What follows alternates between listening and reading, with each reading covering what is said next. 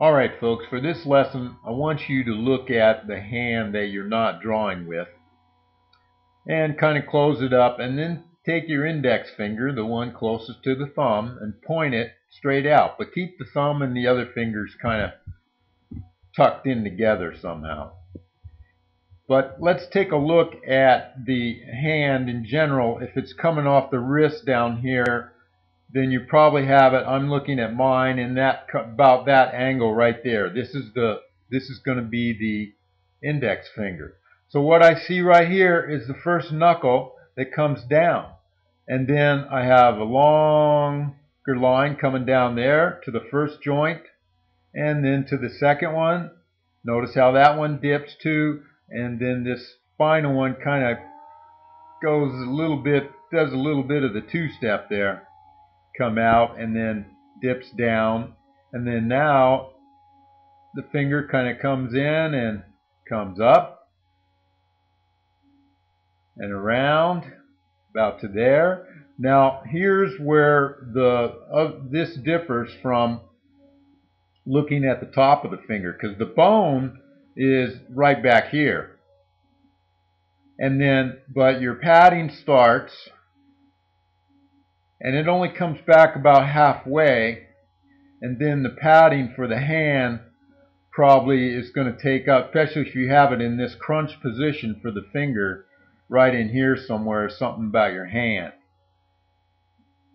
leading over to your thumb, which is down in here somewhere. Okay, so about halfway back on this long dip, then maybe 2/3 of the way back, that's when your skin folds start for the inside of your hand. Should be in there somewhere. Okay, so let's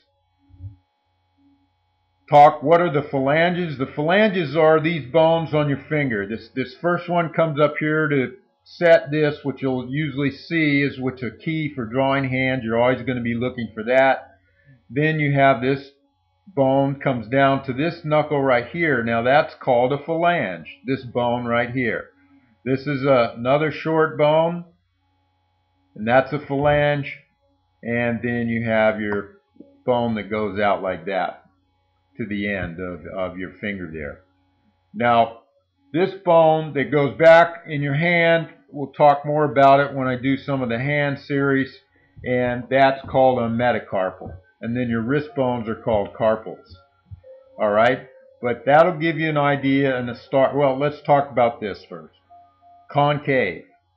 Concave is a line that dips into the shape that you're drawing.